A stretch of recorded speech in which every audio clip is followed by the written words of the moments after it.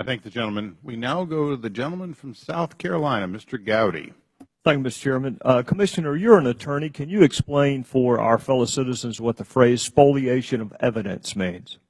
I have no idea what that means. Well, I'm going to help you with it. Okay? Spoliation of evidence is when a party fails to preserve evidence. There's a negative inference that the jury can draw from their failure to preserve the evidence. You with me? If you destroy documents, the jury can infer that those documents weren't going to be good for you. If you failed to keep documents, the jury can infer that those documents were not going to be good for you. You've heard the phrase spoliation of evidence, haven't you? I can't recall ever hearing it. It's true in administrative hearings, civil hearings, criminal hearings. I practiced law once 45 years ago, gave it up for Lent one year, never went back. All right. Well, let me tell you what you would have found if you had stuck with it. When a party has a duty to preserve evidence or records and they fail to do so, there is a negative inference that is drawn from their failure to preserve the evidence. It's common sense, right? If you destroyed something, the jury has a right to infer that whatever you destroyed would not have been good for you, or else every litigant would destroy whatever evidence was detrimental to them. Agreed? I'm not sure. I think if you destroy the evidence and people could prove it, it wouldn't be a good thing for your defense. Well, no, it's worse than that. The jury can draw, and they're instructed, they can draw a negative inference. All right. And that's true if a taxpayer is being sued by the IRS administratively, civilly, or prosecuted criminally, and they fail to keep documents, the jury can draw a negative inference from the fact that they didn't keep receipts or emails or documents. So if it's true and applies to a taxpayer, it ought to apply to the IRS as well. Agreed? Is this a trial? Is this a jury? Is that what you're... I said administrative, civil, or criminal. If you want to go down that road, I'm happy to go down it with you, Commissioner. In fact, I'm glad you mentioned it.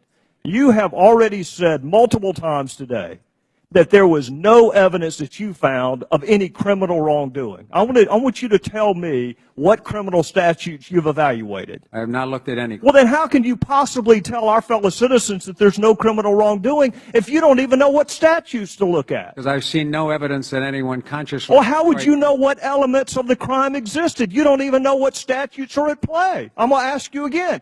What statutes have you evaluated? I think you can rely on common sense that nothing I have seen... Common sense. Instead of the criminal code, you want to rely on common sense. No, Mr. You can shake your head all you want to, Commissioner. You have said today that there's no evidence of criminal wrongdoing. And I'm asking you what criminal statutes you have reviewed to reach that conclusion. I've reviewed no criminal statute. All right, so you don't have any idea whether there's any criminal conduct or not because you don't know the elements of the offense. I've seen no evidence of wrongdoing.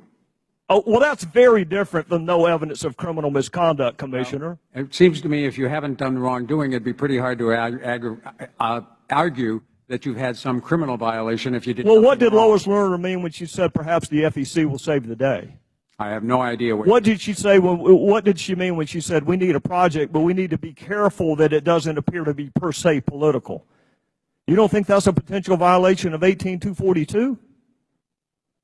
I have no idea if it... Because you haven't looked at 18242, and you don't have any idea, Commissioner. You don't have any idea whether there's any criminal wrongdoing or not.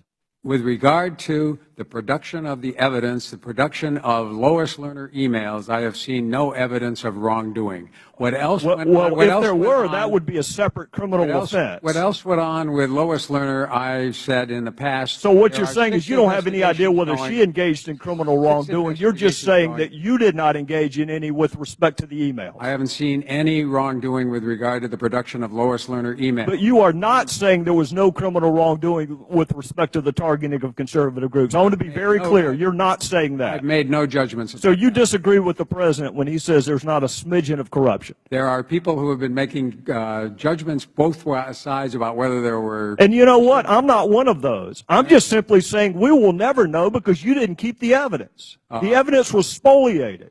And whether it's negligent, whether it's intentional, whether it's reckless, we still don't have the evidence, Commissioner. Well, you have the evidence that there is no emails from the White House. You have all of the Treasury emails. So the basic premise that this was an argument in a conspiracy driven by the White House does not... No, sir, you're wrong about that. You're wrong about that. That you're repeating a talking point from our colleagues on the other side that we're obsessed with the White House. It was Jay Carney who perpetuated the myth that it was two rogue agents in Ohio. It wasn't any of us. Was that accurate? Was that first initial line of defense that this is just two rogue agents in Ohio? Was that accurate, Commissioner? Not that I know of. All right, so that wasn't accurate, and that came from the White House. Who said there's not a smidgen of corruption? Who said that, Commissioner? My understanding is that was the president. Or it was the president. So that's Jay Carney and the president both inserting themselves into the IRS scandal. And you want to blame us for bringing the White House into it? I haven't blamed you at all. You just did, Commissioner. You just did. Well, it's a good argument. All I said was the White House has revealed there were no Lois Lerner emails. Treasury has given you all of their emails. So to the extent that the argument was that Lois Lerner was conspiring and emailing back and forth, thus far I haven't seen any. You can be engaged in a conspiracy that doesn't include the White House. Gentlemen. Good. Time's up. Right. Thank you, sir. Well, I was wanting to let him go, but the guy beside me kept grabbing me. The gentleman from Texas is recognized.